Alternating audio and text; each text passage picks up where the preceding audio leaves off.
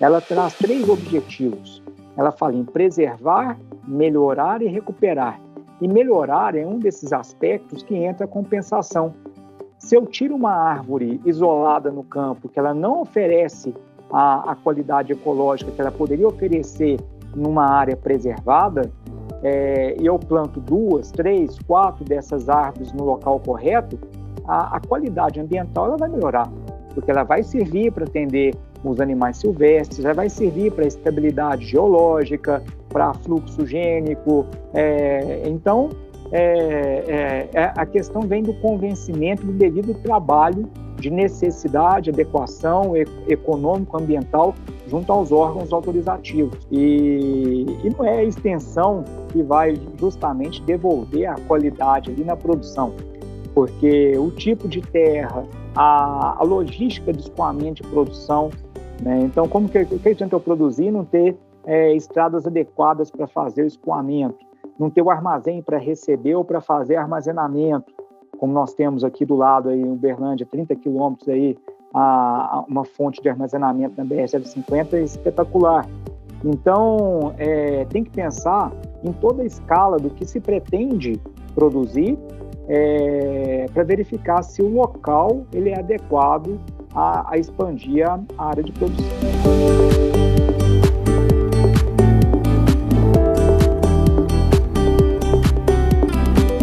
Mais um AgriCast para conta, e hoje nós trouxemos um assunto muito importante, embora novo, que é a legislação ambiental.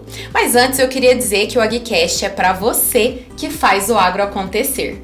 Para falar desse assunto, nós trouxemos o Rodrigo Barros, ele que é advogado e professor universitário especialista em direito ambiental, mestre em bioética, doutorando em biocombustíveis e presidente da Comissão de Direito Ambiental da OAB de Minas Gerais. Aqui comigo eu tenho a Samela, que é a nossa intermediadora, a Samela Moraes, que é advogada e gerente de middle office na Nagro Crédito Agro. Seja bem-vinda, Samela. Obrigada, Thay. Bem-vindo também, Dr. Rodrigo Barros. Muito obrigado pela oportunidade, pelo convite, Tainara, Samela. É um prazer estar com vocês aqui nesse canal.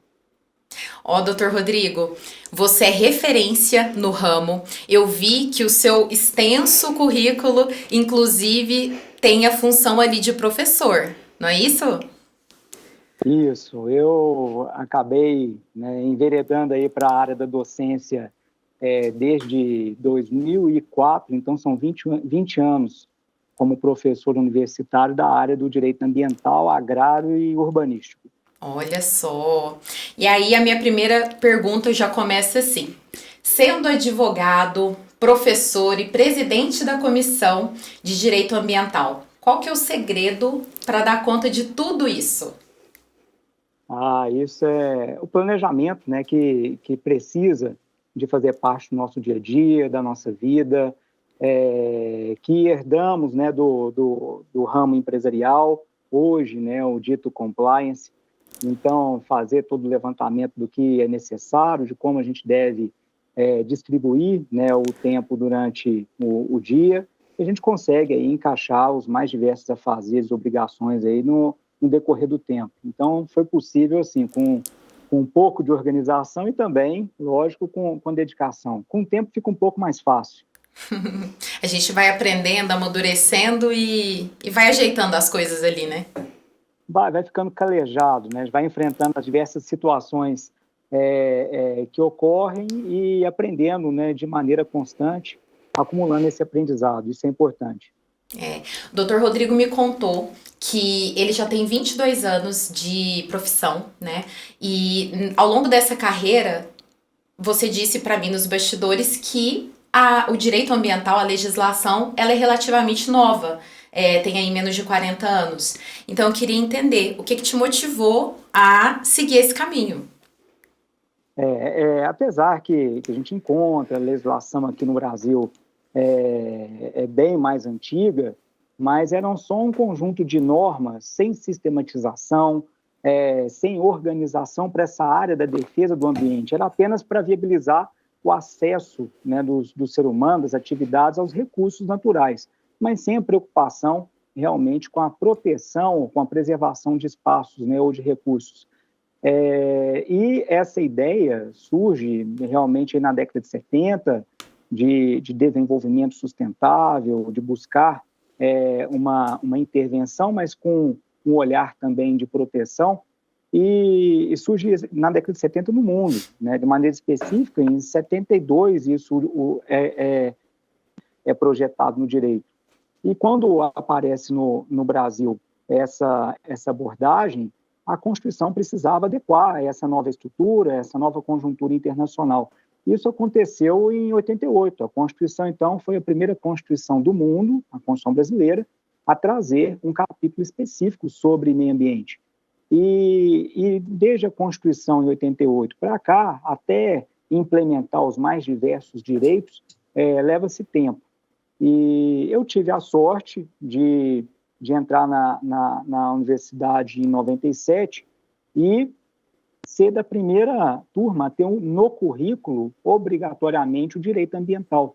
Então, foi um casamento, uma oportunidade que surgiu muito interessante, porque eu sempre gostei da área de biologia. Então, eu faço leituras de biologia por hobby. Então, gosto de estudar a questão ecológica, toda a dinâmica dos ecossistemas, e no direito tem essa qualidade. O direito é muito amplo, os objetos são abordados de maneira muito ampla, integrando, inclusive, essa área de discussão sobre a qualidade ambiental. Foi onde eu me encontrei, né, no direito e decidi casar, né, aquilo que eu tinha por hobby com realmente o aspecto que eu escolhi profissional. Nossa, e que bom que o direito te proporcionou isso, te deu essa oportunidade de trabalhar ali com duas coisas que você gosta, de fato. Isso, aí o trabalho ele fica realmente muito prazeroso, é muito bom trabalhar nessa área. Ótimo. E com a sua experiência em direito eletrônico e bioética, que também lá no seu currículo a gente encontra essas duas especialidades aí, como você vê o papel da tecnologia na promoção da sustentabilidade e na proteção ambiental? Quando surge, então, o direito ambiental, com toda a base de leis, a gente não pode esquecer que a lei é fria, a lei não sente, não chora, né, não percorre espaços, ela é destinada ao humano. E logicamente, num território tão extenso como o brasileiro, um território com dimensões continentais, fazer valer a aplicação de todas as restrições ambientais que existem na totalidade do espaço é impossível, pelo modo que até hoje insistem os órgãos públicos de promover fiscalização, uma fiscalização pessoal, de deslocamento, cara, com unidades prediais em cada município ou em proximidades, com pessoal concursado, com maquinário, com veículos e gasto de combustível. Então, aquele gasto excessivo da máquina pública para fazer uma cobertura espacial, né, muito grande. Se não for utilizada aí os vários instrumentos que nós temos tecnológicos à disposição de cobertura de espaço territorial, aí realmente fica difícil, né, acaba comprometendo a devida fiscalização. Então, não apenas para a ideia de fiscalizar, mas também do gerenciamento de qualquer atividade ou empreendimento, a atividade eletrônica ou então os equipamentos, né, tecnológicos, eles são hoje primordiais, né? A gente encontra nos computadores um poder, nos celulares, né, hoje em dia, um poder muito grande de imagem, de comunicação de dados, de aplicativos que já verificam coordenadas geográficas, que tem uma série de temperatura, pressão, uma série de condições de informações entabuladas que favorecem justamente essa área de toda a temática ambiental. Então, a legislação exige a verificação do georreferenciamento, e isso tem que ser feito, né, com equipamento eletrônico, abastecimento da plataforma, né, do CAR, do Cadastro Ambiental Rural, tem que ser feito o levantamento. Hoje, com a questão das imagens de satélite, isso facilita de maneira absurda. Então, todas essas tecnologias, análises químicas de solo, de água, de ar, realmente elas vêm para efetivar a legislação ambiental. Então, essa necessidade que nós temos todos os dias de estar em contato e cada vez promover, né, a melhoria das tecnologias voltadas para a questão ambiental. Nossa, e ajuda muito no trabalho, facilita o trabalho dos produtores rurais, por exemplo, e além disso também facilita a análise de crédito, né, do analista, do gerente, enfim, a tecnologia eu vejo como um ponto muito positivo, tendo em vista esses pontos até que você trouxe aí, né? O simples funcionamento de um pivô, a necessidade de instalar um orímetro, um hidrômetro, para detalhar os gastos aí do uso de água, a quantidade de tempo, né, que está em operação, até aquelas pessoas que já organizam a produção, os proprietários rurais que organizam a produção por estufa, que a gente tem como controlar a umidade, controlar a temperatura, tudo pelo telefone, né, por um aplicativo. Então, é importante a tecnologia, cada vez mais os produtores se lançarem nesse mundo da tecnologia, porque ela facilita a gestão de toda a propriedade, né, do empreendimento, e também da transformação de relatório de dados concisos, né, substanciais, para serem apresentados aos órgãos reguladores, os órgãos de fiscalização. É importante a tecnologia nesse sentido também. Perfeito.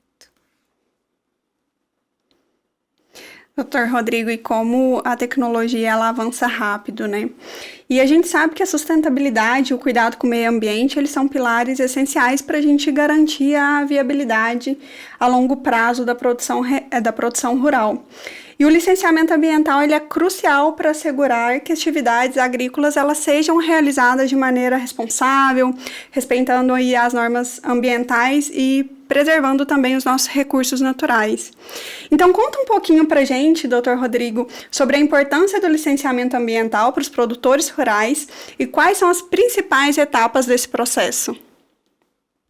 Existe um depósito de fé muito grande, né, um debate, né, gigantesco sobre o licenciamento ambiental, como se o licenciamento ambiental fosse o salvador, né, de qualquer atividade ou empreendimento, né, fosse a única forma de realizar um controle efetivo das atividades e dos empreendimentos, quando, na verdade, nós temos inúmeros outros procedimentos.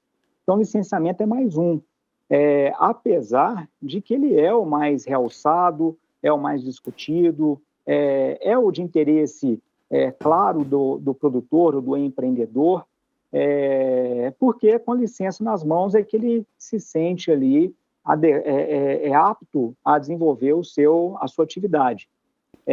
Mas existem inúmeros outros instrumentos, zoneamento ambiental, padrões de qualidade ambiental, avaliações de impactos ambientais. Então, são vários, até mesmo tributários, né, de arrecadação, seja na questão rural aí, o ITR, ou outras formas de recepção de recursos também.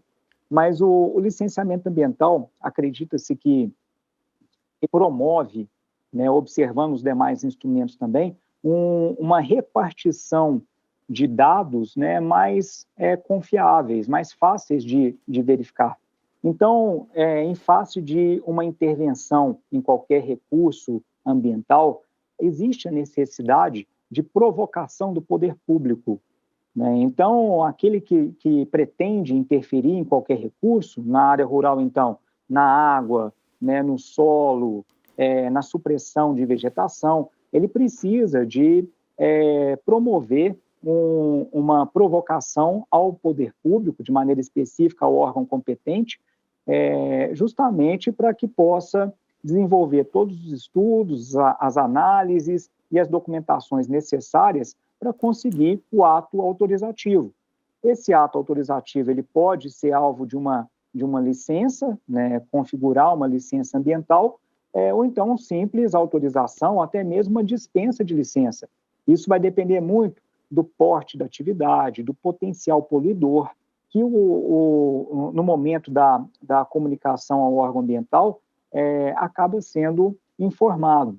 O órgão ambiental devolve essa informação através de um documento chamado FOB, Formulário de Orientações Básicas, para orientar o produtor de quais são os estudos, os documentos que ele precisa fazer o levantamento para poder reclamar ou pedir a intervenção no recurso pretendido. E o licenciamento, quando exigido, ele pode ser concentrado, né, numa etapa apenas, ou então naqueles mais complexos, ele é dividido em 3 fases, nós chamamos de licenciamento trifásico, sendo o primeiro a licença prévia, né, então o primeiro pedido que mostra o planejamento da atividade, o que se espera fazer ali na atividade, viabilizando essa licença prévia, passa a licença de instalação, que então se busca instalar os equipamentos, tudo que for necessário para promover posteriormente o funcionamento da atividade, e por último a licença tão desejada, né, por todos, que é a licença de operação.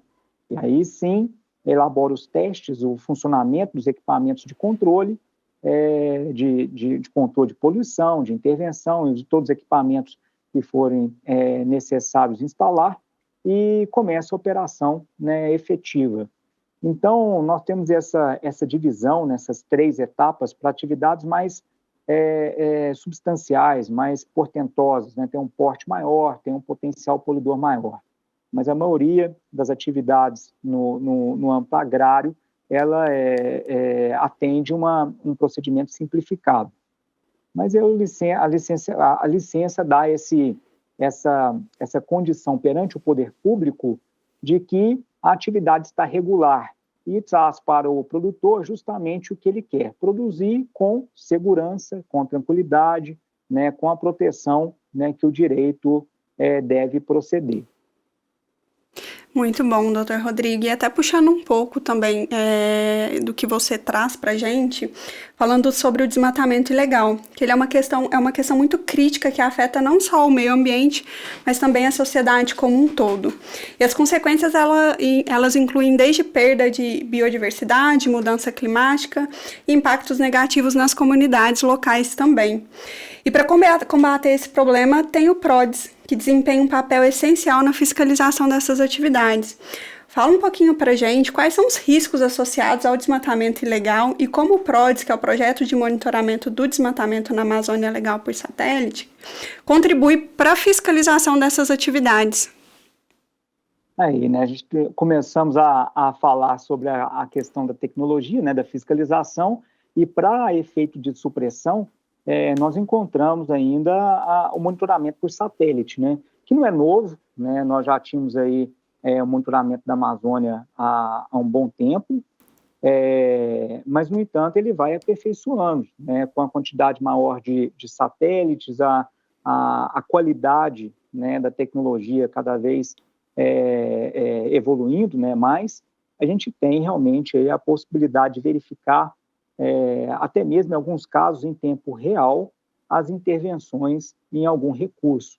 Agora, com esses focos de incêndio, né, gigantescos que assolam aí o Pantanal, né, realmente dá para verificar o início desses focos. O problema é depois controlar a expansão. Agora, o desmatamento, né, ilegal é que é o problema.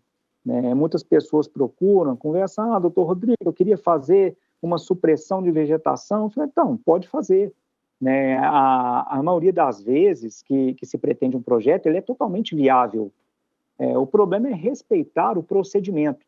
Então, é saber que existe uma regra para ter acesso a essa supressão, para ter a destinação adequada da madeira, se tiver a produção de material lenhoso, né? A destinação adequada da madeira, as devidas taxas de compensação pela retirada da madeira. Então, precisa de passar por um procedimento.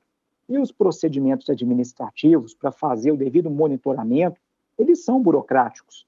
E muitas das vezes, né, o produtor não tem esse tempo. E aí que entra a situação de falar, olha, eu preciso aproveitar o momento, a época de chuva, agora é a hora de plantio, é a hora que eu consigo um financiamento, então preciso aproveitar essa oportunidade, senão passa a época e aí só no outro ano. E nesse afã, né, de que é alvo justamente de uma falta de organização, né, porque se tivesse devidamente organizado, orientado devidamente nessa atividade, nessa organização, já teria dado entrada, né, de maneira antecipada com os processos adequados de intervenção. Então, a necessidade que tem o produtor de procurar, né, alguém para passar, né, as informações devidas e dar entrada com os devidos pedidos de supressão. Vai conseguir, se a área não for uma área de restrição de uso, se não for uma área de proteção especial, aí se permite ampliar. E nós temos uma possibilidade grande de intervenção, né? A possibilidade é até grande, apesar que cita-se o Brasil como o ponto de maior restrição de supressão de vegetação, e isso reflete no CAR, né?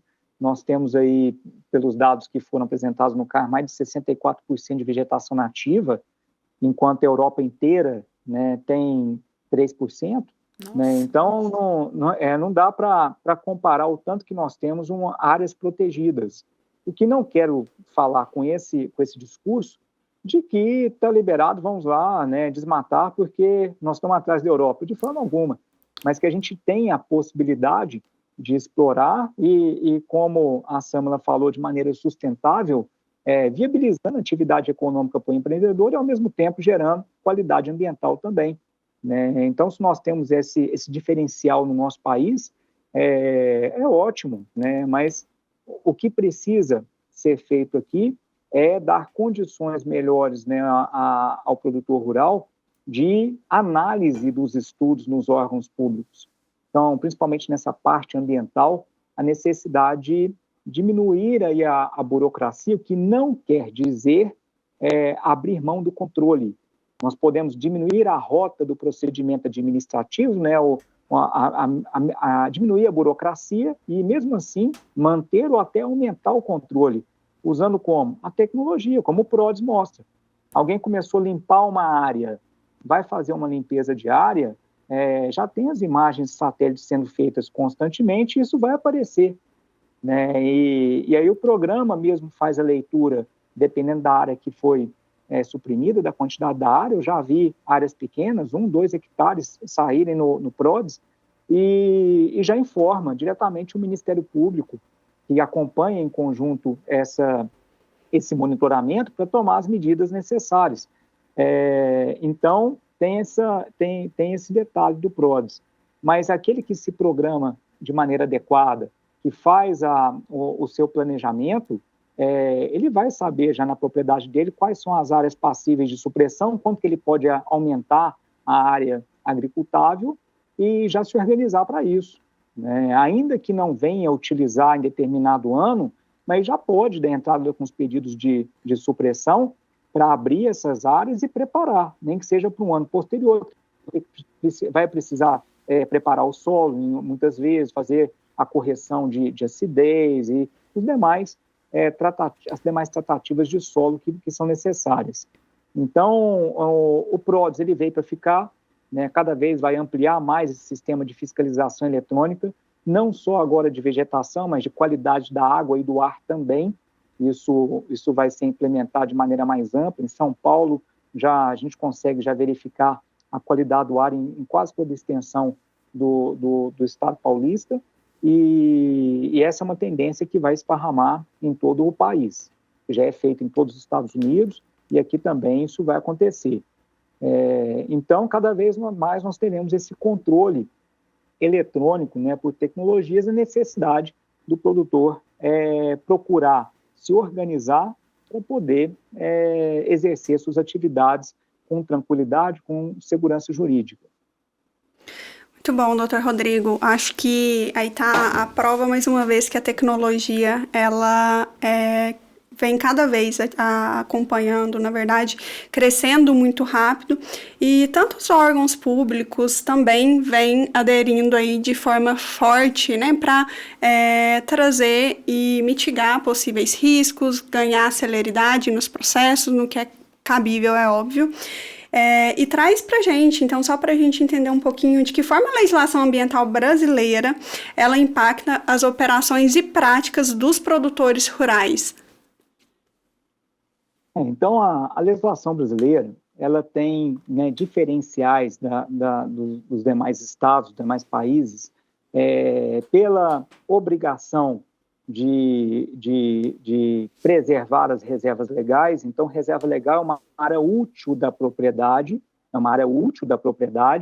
que ela deve ser formada em vegetação nativa e voltada para a função social. E essa legislação, até 2014, só existia aqui no Brasil. Entre os 200 países que hoje a ONU elege como países no mundo, só o Brasil tinha essa restrição de criação da reserva legal.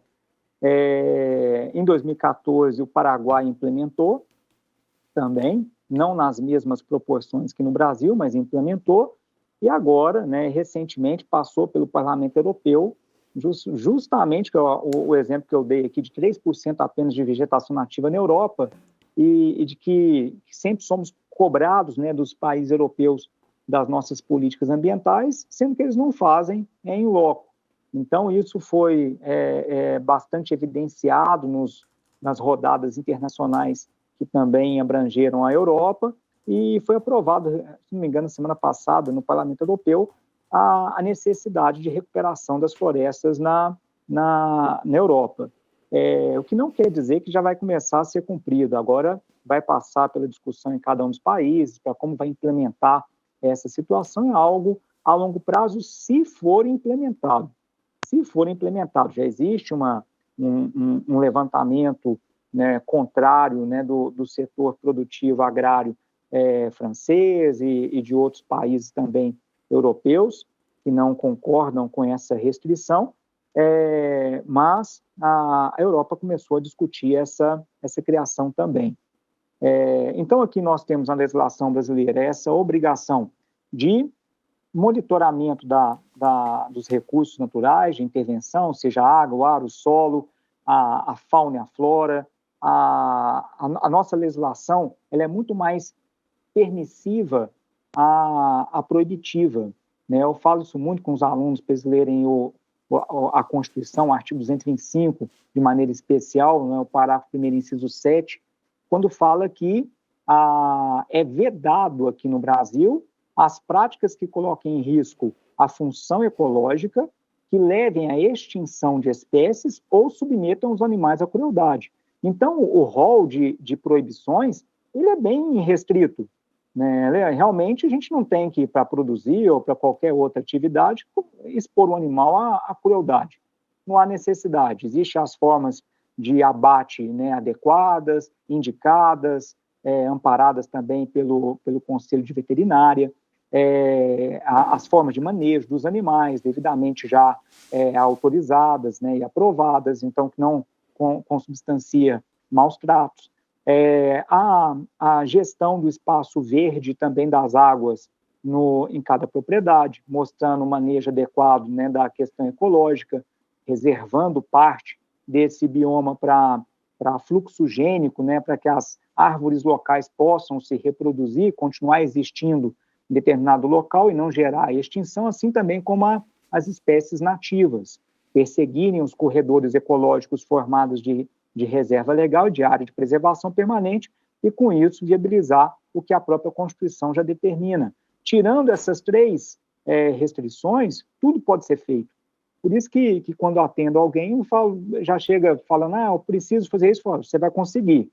Só que você precisa usar a técnica correta e estar ciente de que existe uma série de normas a serem cumpridas e deve ser planejado, justamente para não chegar com aquela ideia de que eu precisava para ontem, né? Então, esse de precisar para ontem de documentação que depende do poder público, isso não vai prosperar. E começar sem as devidas autorizações vai resultar em uma série de responsabilidades dos produtores, né, seja de natureza administrativa, com as multas, seja civil, com o Ministério Público obrigando a reparar, indenizar qualquer dano causado, ou até mesmo criminal, também de iniciativa da promotoria. Coisas que não são necessárias passar, mas que aqueles que não planejam adequadamente acabam se sujeitando a isso.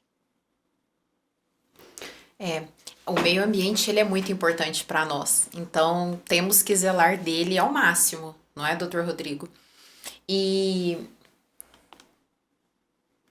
cuidar do que existe de meio ambiente não é sinônimo de proibição de atividade, né? Então, essa ideia que já está ultrapassada, né, de que existe uma restrição aqui do uso. O Código Florestal atual veio justamente adaptar essa situação.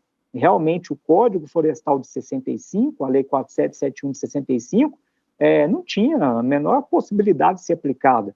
E aí, justamente, um clamor do setor agrário sobre a alteração dessa lei, a adaptação ao que existe, né, às necessidades atuais, que redundaram, depois de 13 anos de discussão no Congresso, a publicação do atual Código Florestal, adaptando essas situações à realidade brasileira. E agora é fortalecer isso. Conseguiu esse passo, fortalecer o Código Florestal e pleitear, né, outras situações que possam ou são necessárias à produção, né, de ordem econômica ou de qualquer outra ordem. Ótimo. E trazendo aqui mais para a realidade do produtor rural, existem árvores que não podem ser cortadas? E já continua aqui a pergunta, se você puder trazer aqui alguns exemplos e também explicar como esses produtores, se for positiva a sua resposta, como os produtores podem encontrar essas informações. Existem realmente árvores que são chamadas aí de imune a corte, né? Que são, aqui na nossa região tem muito, né? Pequizeiros, né? Aroeira, a gente ouve falar bastante, né, de aroeira, mas existem várias outras árvores, né, o mogno, ipê, né? Então tem várias árvores aí que são chamadas aí popularmente aí como árvores imunes a corte. Naquela perspectiva que eu passei mais cedo, tudo é possível de ser realizado. Então, não é porque o produtor tem aquela árvore isolada, né, uma aroeira, no meio da produção, que inclusive atrapalha justamente a questão tecnológica, né, dos veículos que são conduzidos até por GPS, ou mesmo que não sejam, mas que exijam uma manobra, né, que poderia ter sido evitada pela presença de uma árvore, é possível fazer a retirada. Então, o que é preciso demonstrar é realmente que aquela árvore que apresenta restrição, né, de uso, ela não gera a qualidade ambiental naquele ponto, né? Então, uma área isolada no meio de uma atividade de produção, qual é a relevância dela para uma atividade de plantio, né, de soja? Nenhuma. Se ainda fosse para a pecuária, a necessidade de árvores esparsas até para sombreamento em criação de gado extensivo, aí sim até é justificável, e inclusive os produtores até gostam de deixar algum conjunto de árvores esparramados ali para servir de sombra também para o gado. Agora, para a produção agrícola, não tem qualquer tipo de benefício, né? Pelo contrário. E também para as questões ecossistêmicas, né, ambientais, ou a dinâmica ambiental, não tem qualquer acréscimo, uma árvore isolada no meio de uma área de plantio. Então, isso vem do convencimento do órgão público de que aquela árvore isolada, ela jamais vai servir de abrigo de fauna, ela jamais vai servir de fluxo gênico, porque ela não vai encontrar, né, as suas espécies ou aparentadas para ter reprodução ou outra, né, qualidade. Então, a necessidade até de retirar para viabilizar a atividade econômica, não criar um problema econômico, só que aí o órgão ambiental, dada essa peculiaridade, essas árvores que são declaradas, então, como árvores imunes a corte, é porque elas têm um papel diferenciado ali naquele ecossistema. Mas tudo é possível de ser adaptado. Então, permite-se o corte, desde que ele seja devidamente compensado. Já teve legislação aqui no nosso país, de maneira específica em Minas Gerais, que para cada pé de pequi cortado tinha que plantar 20. Depois reduziu para 10, reduziu para 5. Então, foi reduzindo porque realmente não tem essa necessidade. Daqui a pouco a gente estava morando só no meio de pequizeiro. Né? Então, não tem essa necessidade. Mas é possível, com os instrumentos certos, com os pedidos corretos junto aos órgãos públicos, demonstrar a viabilidade de intervenção, de supressão e a compensação, porque a política de meio ambiente, que eu falei que surgiu em 81, ela traz 3 objetivos. Ela fala em preservar, melhorar e recuperar. E melhorar é um desses aspectos que entra a compensação. Se eu tiro uma árvore isolada no campo, que ela não oferece a qualidade ecológica que ela poderia oferecer numa área preservada, e eu planto 2, 3, 4 dessas árvores no local correto, a qualidade ambiental ela vai melhorar, porque ela vai servir para atender os animais silvestres, ela vai servir para estabilidade geológica, para fluxo gênico. Então, a questão vem do convencimento do devido trabalho de necessidade, adequação econômico-ambiental junto aos órgãos autorizativos. Demonstrando isso, é possível conseguir. Ótimo. E agora, analisando a os dados, né? Você pediu para falar, né, onde que consegue essas informações. Exato. Abusando da questão da tecnologia também, quem já tem essa habilidade para consultar, aí basta consultar o site, a questão de vegetação do IEF. Né? Então, Instituto Estadual de Florestas, ief.mg.gov.br, tem essas informações lá. No entanto, os produtores que têm algum tipo de dificuldade com a tecnologia ainda ou de acesso, é só ligar, telefonar no sindicato rural respectivo também, que eles já passam essas informações de quais árvores, né, que existe alguma restrição, né, de intervenção. Lembrando, então, que não é por existir na legislação, na norma, uma proteção especial sobre um bem, que nós não possamos interferir.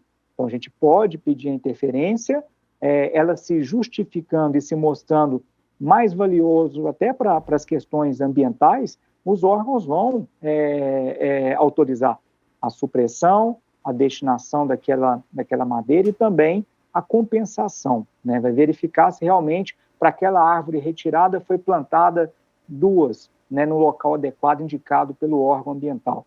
Fazendo as devidas compensações, se melhora a qualidade ambiental e viabiliza a atividade econômica do produtor. Ótimo. Interessante saber disso, porque eu mesma imaginava que está escrito na lei, pronto, está escrito na pedra. Mas nesse caso, existe ainda a possibilidade de, até para melhoria mesmo.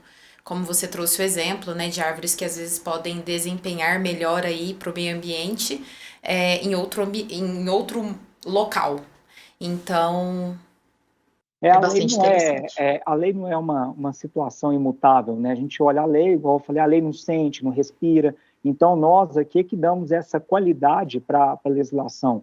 Então, a lei não tem como prever todas as exceções, todas as possibilidades, né, de melhoria. E por isso que existe, nos procedimentos administrativos, como licenciamento ambiental, que a Samila perguntou, um tratamento que a gente chama nos órgãos públicos de discricionário. Então, a possibilidade de avaliar caso a caso, então não são todos os casos iguais, caso a caso, justificando uma intervenção, ela sendo justificável, a viabilidade da devida interferência, da devida intervenção com as formas de compensação estipuladas.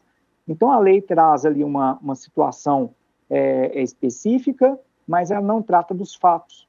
Então, a gente tem que colocar os fatos à apreciação, né, dos órgãos de controle. Então, é a necessidade de tratar caso a caso. Ótimo. E aproveitando aqui agora, falamos dos produtores rurais, agora trazendo a questão da concessão de crédito.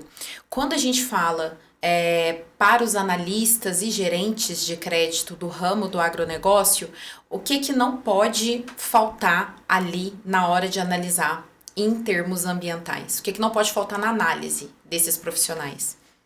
O pessoal ainda fica deslocado, né, de uma análise econômica ou de acesso a linhas de crédito, de financiamento, fica deslocado dessas situações ambientais. E até, muitas vezes, as pessoas tratam como algo novo. Na nossa legislação, está presente desde 1981. Então, a gente encontra essa exigência para ter acesso a recursos financeiros no artigo 12 da Lei 6938 de 81, que é a Política Nacional de Meio Ambiente. Então, desde 81, nós temos essa vinculação do acesso aos créditos justamente ao licenciamento ambiental. Então, os bancos, as instituições financeiras, para concederem crédito aos produtores, devem verificar, não só os produtores, a qualquer atividade ou empreendimento, né, seja no campo ou seja na zona urbana. O banco ele já era obrigado a verificar o licenciamento ambiental, isso desde 1981. Só que, como eu comentei mais cedo, as normas ambientais já só vieram a se consolidar, né, com a Constituição, então a gente trabalha com esse corte aí de 88 para cá. E mesmo assim, durante o final da década de 80 e até a década de 90, não havia um controle efetivo pelas instituições de crédito com as atividades que, de alguma forma, desrespeitavam as normas ambientais. Então, hoje, né, para ter acesso à linha de financiamento, o empreendedor, o produtor, vai ter que mostrar adequação ambiental, vai ter que mostrar se a sua reserva legal está devidamente demonstrada na matrícula do imóvel, se está compensada, de que forma que ela está compensada, em qual parque, se tem área de preservação permanente, onde que está essa área de preservação permanente, está protegida, demonstrar isso no CAR, demonstrar a questão hídrica, se o acesso à água está devidamente outorgado e sendo utilizado de maneira devida, para ele poder ter acesso ao financiamento. E se for para uma atividade específica, ainda mostrar o licenciamento, né? Mostrar que está licenciado para aquilo lá. Então, as instituições de crédito, né, buscaram se proteger de ações também no judiciário como corresponsáveis por danos ambientais e, ao mesmo tempo, funcionarem como orientadores dos próprios produtores. Olha, para você ter acesso ao crédito aqui, você vai precisar disso, demonstrar cada documentação. Então, eu acho que esse é um caminho que veio até para acelerar, né, os produtores nessa tomada de consciência de que existe uma necessidade de planejamento dos documentos necessários, da sua produção, dos custos, né? Então, a questão econômica que está envolvido, quanto que vai precisar tomar de investimento. Então, eles são obrigados a se organizar, né? Apesar que a gente tem o Estatuto da Terra aí desde 64, né, a Lei 4.504, de 64, que a essência do Estatuto da Terra era tornar os produtores todos empresas rurais. Essa é a essência do Estatuto da Terra. A gente vê que o pessoal ainda não se organizou devidamente no modelo empresarial. Então, nós temos muitos produtores ainda como pessoas físicas, né, como pessoas naturais, e a necessidade de fazer da sua atividade algo empresarial, né, gerir como empresa. Aqui em Minas Gerais, então, isso agora, daqui para frente, no final do ano foi apresentado para a gente o IDAL, o Índice de Desempenho da Atividade Ambiental no Licenciamento. Quem não gerenciar sua atividade de licenciamento, de outorga de uso de água, para frente, isso vai encontrar dificuldade até na renovação desses atos.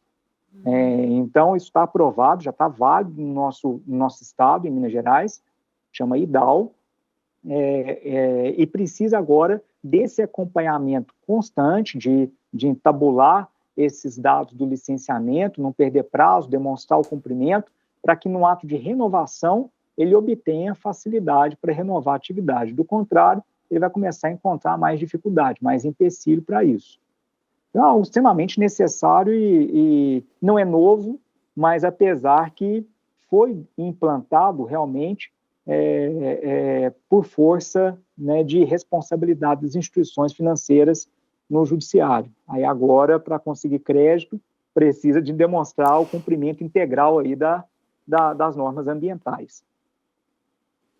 Mas de tudo isso que você disse, o que para você não pode faltar na análise de crédito para concessão? Hoje a dificuldade está grande em recursos públicos, né? Se for procurar banco público para acesso, a pequena e a média propriedade é muito sacrificada, né? A não ser para os programas que, na minha análise, são programas puramente assistenciais, como o PRONAF, né? O Programa da Agricultura Nacional da Agricultura Familiar, que não consegue fazer com que uma propriedade rural familiar ela possa se desenvolver e até se desprender do recurso público, passando a gerenciar sua atividade por si, a assumir riscos e ampliar sua atividade empresarial, eu vejo como um critério um assistencialismo muito grande. As pequenas e médias propriedades que buscam linhas de crédito, de financiamento para instituições privadas esbarram na barreira de garantia, né? Então, vai pegar um crédito, como que você vai garantir? Aí vai oferecer a pequena propriedade. Se ela for a única, vai ser imune aí à penhora. Então, existem proteções a pequenos produtores e a médias propriedades também, que dificultam a atividade, né, de financiamento, liberar crédito para esses pequenos. Porque se ele for trabalhar com garantia, né, qual garantia que um pequeno vai fornecer? E justamente ele está procurando esse acesso para desenvolver, né? Não tem garantias substanciais. Então, a gente encontra uma dificuldade muito grande. Já com os grandes produtores, não há qualquer problema, né? Então, o pessoal já está acostumado a gerenciar como empresa, já incorporou o modelo de produção de exportação, então já faz uma produção voltada para o mercado internacional. Então, esses, né, que ainda assim seria interessante vincular a políticas de financiamento, mas tem muitos que já nem sentem, né, a falta, né, de programas específicos de financiamento. Mas os pequenos têm esse controle. Pequeno e médio produtor sofre bastante aqui no nosso país. Olha, mas agora eu tenho que puxar sardinha aqui para a Anagro. Porque, doutor Rodrigo, agora a Anagro, agora já tem alguns longos anos que nós concedemos créditos para produtores rurais. A nossa linha fintech aí, nós temos diversas linhas de crédito para produtores e algumas delas, inclusive, não pede a garantia. Então, fiquem ligados aí, produtores, que a Anagro é um diferencial. Esse é um diferencial porque realmente conseguir a linha, né, sem a garantia é o que justamente os pequenos e os médios produtores precisam. Eles precisam disso, é uma condição de acesso a esses recursos para eles até desenvolverem, para eles ampliarem suas atividades, né, e de pouco em pouco aumentando a sua atividade até se tornar um grande produtor. Isso é essencial e falta bastante no mercado. Parabéns, Anagro, aí, por essa iniciativa e por bancar essa percepção. Isso é crucial para o nosso país. Doutor Rodrigo, e até pegando um pouco essa análise que você trouxe, falando um pouco da alienação, enfim, de possíveis garantias, adquirir terras para produção rural é um passo importante para muitos produtores. Só que envolve uma série de cuidados, especialmente no que diz respeito às questões ambientais. Como os produtores, eles podem verificar se as terras adquiridas têm algum impeditivo ambiental antes de concluir essa compra que é tão importante? É uma situação rotineira, né, trabalhar com essa due diligence, né? Então, fazer esse percurso de todo tipo de problema que pode aparecer na propriedade rural no momento da aquisição, para quem quer adquirir a propriedade rural, né? Então, um primeiro ponto para quem vai adquirir precisa saber exatamente o que ele espera de produção, né? Porque a gente verifica muitos, aqui, por exemplo, na região de Minas Gerais, tem terras muito caras aqui na divisa com São Paulo, né? São as terras mais valorizadas do país, são terras muito caras aqui na divisa com São Paulo, e o pessoal fala, vou vender uma área pequena aqui, comprar uma área extensa em Tocantins, né? Comprar uma área extensa em outro lugar, e não é a extensão que vai justamente devolver a qualidade ali na produção, porque o tipo de terra, a logística de escoamento de produção, né? Então, como que adianta eu produzir e não ter estradas adequadas para fazer o escoamento, não ter o armazém para receber ou para fazer armazenamento, como nós temos aqui do lado, aí, em Uberlândia, 30 quilômetros, aí, uma fonte de armazenamento na BR-050 espetacular. Então, tem que pensar em toda a escala do que se pretende produzir, para verificar se o local ele é adequado a expandir a área de produção. Então, se alguém quer comprar uma outra propriedade, verificar a agrariedade dela, para qual finalidade que é viável aquela área, se é para pecuária, se é para agricultura, qual tipo de agricultura e como que a gente consegue encontrar esses dados. Basta consultar o zoneamento agrário do Estado, né? Então, o zoneamento, como o nome diz, é um instrumento que divide o espaço do Estado em algumas zonas, em alguns espaços territoriais. Em cada espaço desse, já indica qual é a cultura predominante, quais são as culturas que podem ou que resultam em melhores resultados, né? Então, aqui na nossa região, cana-de-açúcar, milho, soja, não tem erro, né? Então, são culturas que você vai plantar e você vai colher. Agora, não adianta chegar aqui e falar, eu quero plantar urucum, né? Não tem viabilidade aqui, né, para essa cultura. Então, o zoneamento ambiental, antes de alguém fazer um investimento numa área, é interessante para ele entender se tem aptidão para a produção da cultura que ele espera, né? Então, na região que ele se propõe a negociar, se tem essa aptidão. Por que eu falo isso também? Já voltado para a questão do fornecimento de garantias ou de financiamento. Os bancos públicos, eles analisam o zoneamento, eles verificam na análise de risco se a pessoa quer um financiamento para um plantio de determinada cultura e fala, nessa região existe aptidão, agrariedade para essa cultura? Se existe, tem uma pontuação mais favorável à concessão do financiamento. Agora, se não existe aptidão, é um risco muito grande para o banco também sofrer. Ele vai investir, vai financiar, e a chance de dar errado aquela cultura é grande e provavelmente do banco também não receber, né? O financiamento passa a ser grande também. Então, na análise de risco, o zoneamento ambiental agrário ele é levado muito a sério. Então, a primeira coisa que a pessoa vai comprar, antes de pensar em propriedade, escolher as regiões com aptidão que ele pretende. Escolheu, tem região de zoneamento com aptidão à cultura que ele pretende, aí sim fazer análise documental, né? Pegar uma certidão no cartório, pedir uma certidão vintenária, né? Porque aí não deixa mentir. A gente pede uma certidão vintenária no cartório, o cartório expede sobre aquela propriedade lá os 20 últimos anos, ou uma trintenária, né? 20, 30 anos, que eu vou saber, vou fazer leitura da matrícula do imóvel e verificar tudo que foi produzido no imóvel nos últimos 20 anos.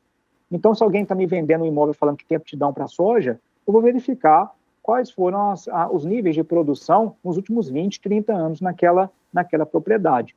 Aí eu já vou saber que aquela propriedade ela tem aptidão para aquela cultura.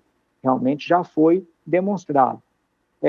Para aqueles que não constatam diretamente na documentação, mas que precisam de fazer uma verificação também por outras vias, análise de solo. Então, a gente entra na questão da tecnologia, que hoje as análises laboratoriais estão muito acessíveis.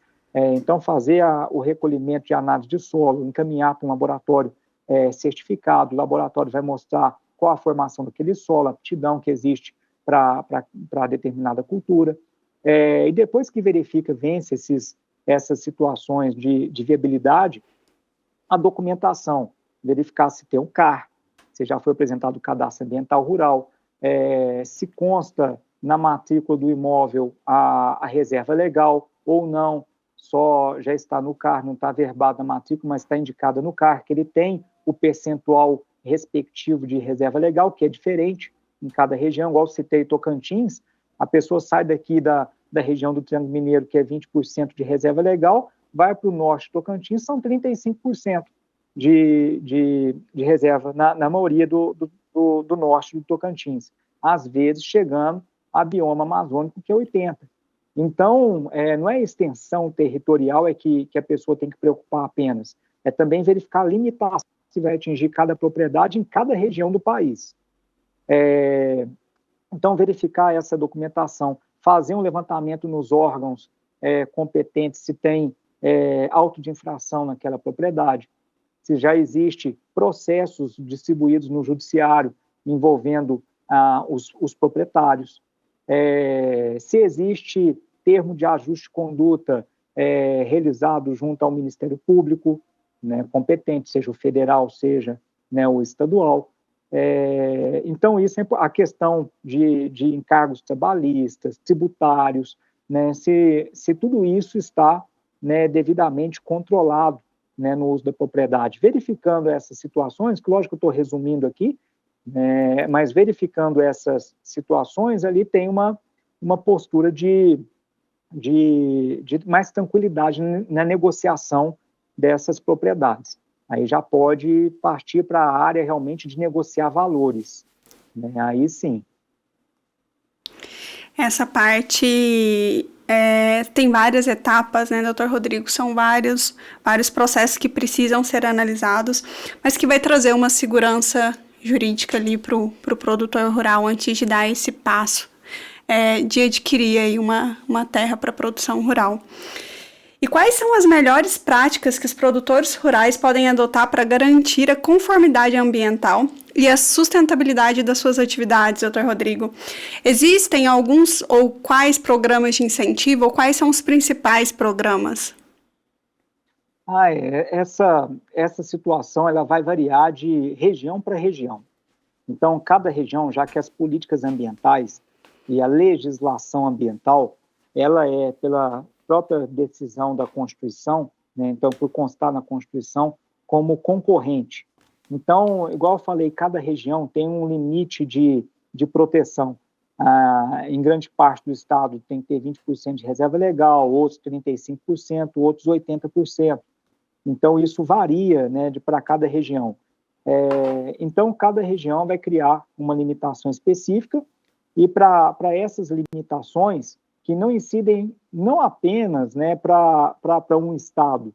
Às vezes existem, por exemplo, áreas protegidas de maneira especial, como os parques federais, os parques nacionais. Então, quando cria um parque nacional, que pode estar todo em um estado ou em mais de um estado, quando cria um parque nacional, cria uma faixa também de amortecimento de impactos, né? A gente chama de zona de amortecimento.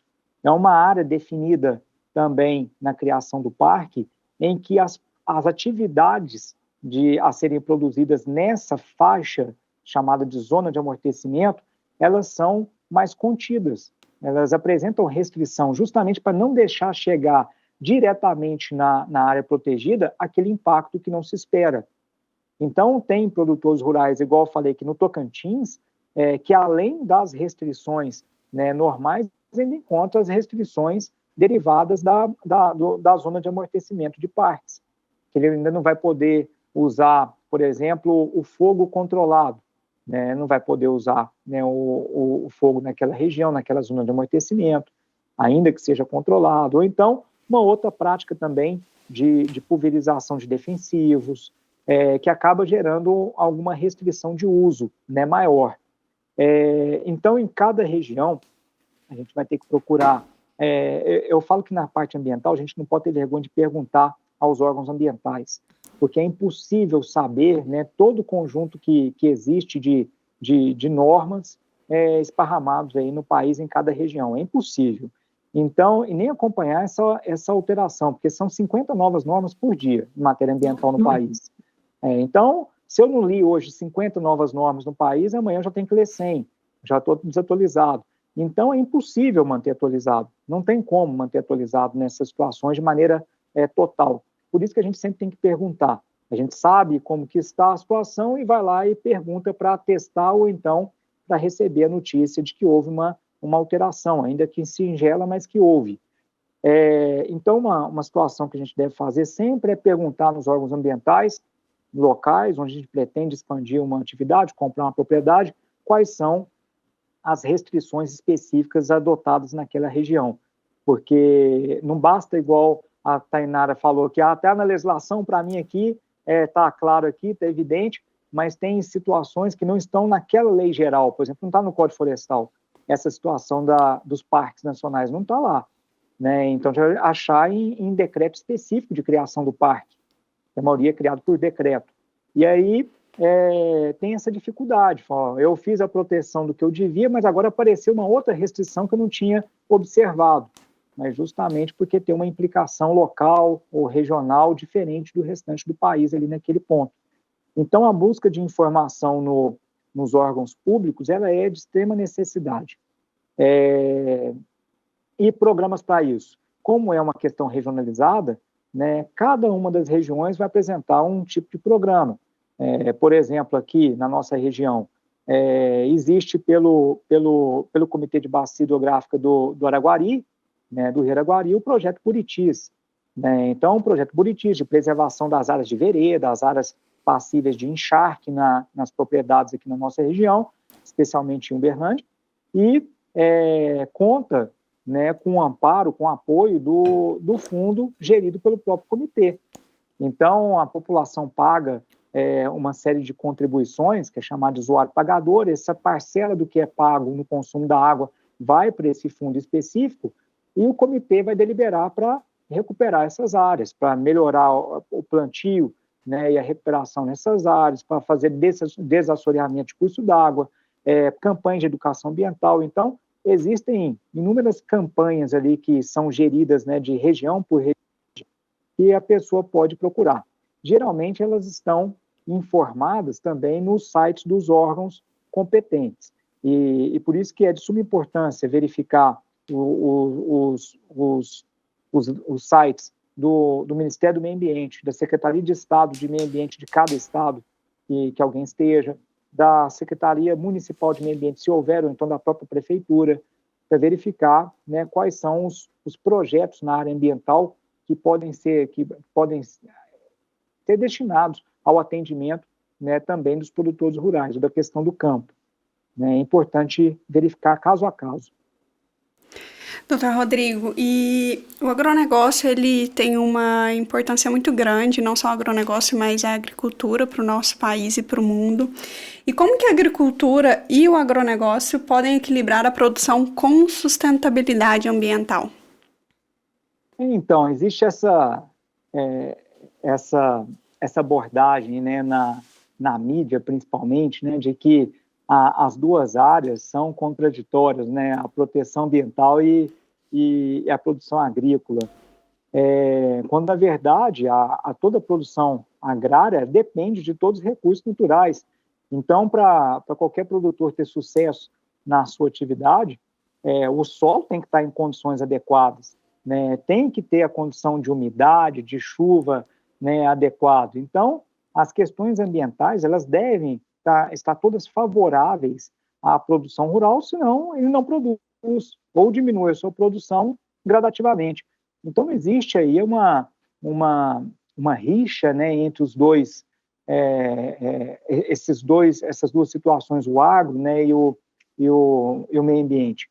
Na verdade, o agro, para mim, é o maior promotor da qualidade ambiental. O pessoal aponta muito para o agro e não observa as cidades, né? Então, eu moro numa cidade aqui, onde que eu estou num apartamento, era o que aqui? Não era cerrado, não.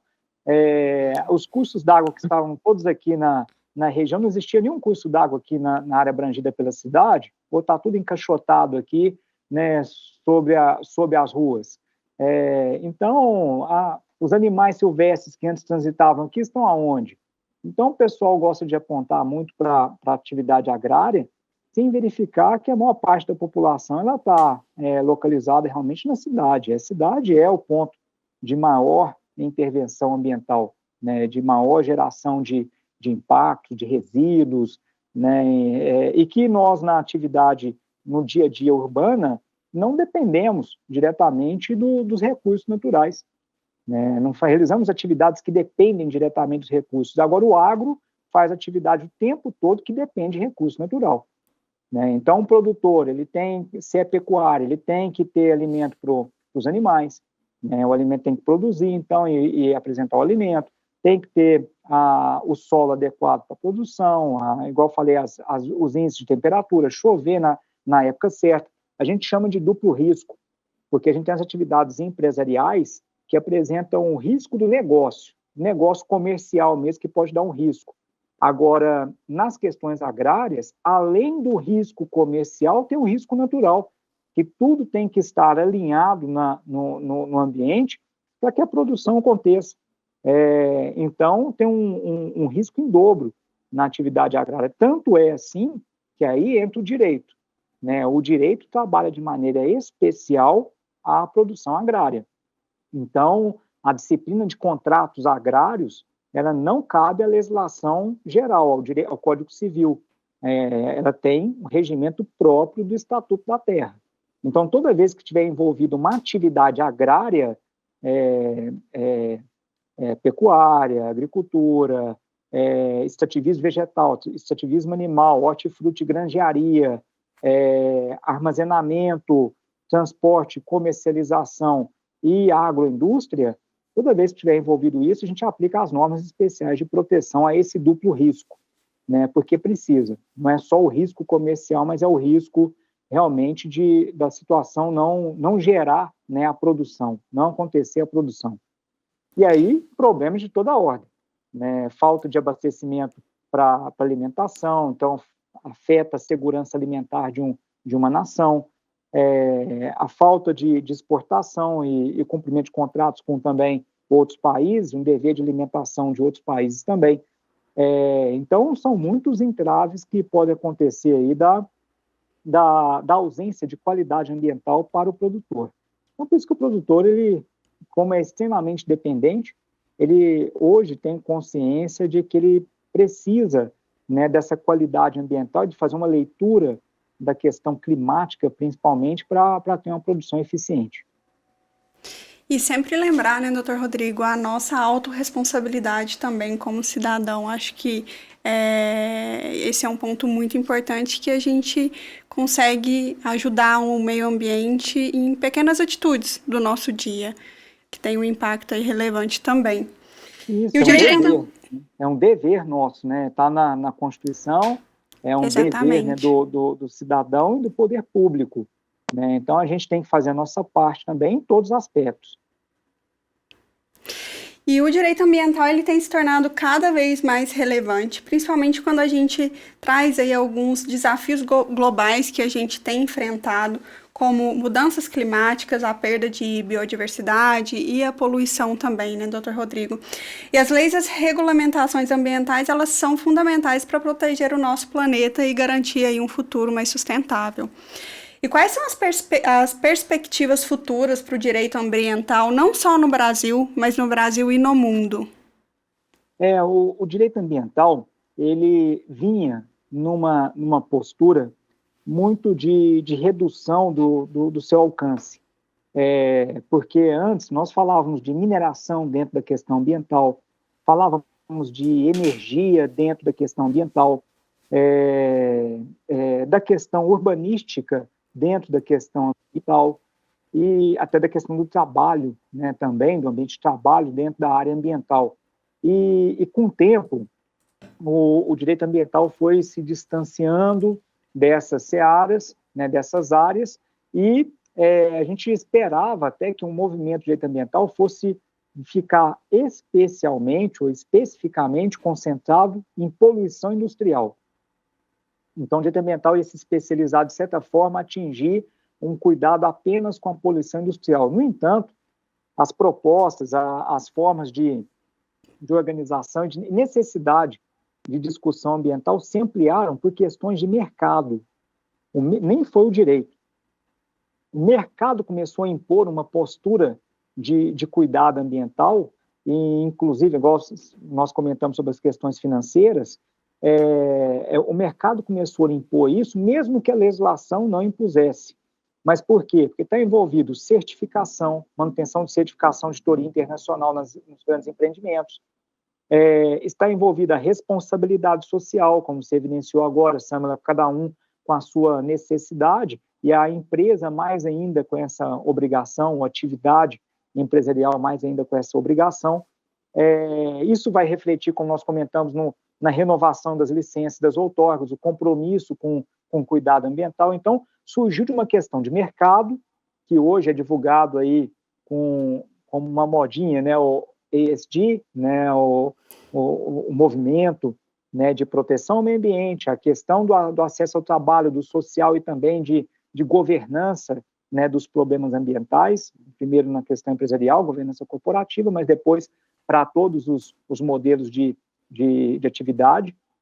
E isso surgiu do mercado, falando que não basta mais cumprir o que a lei exige.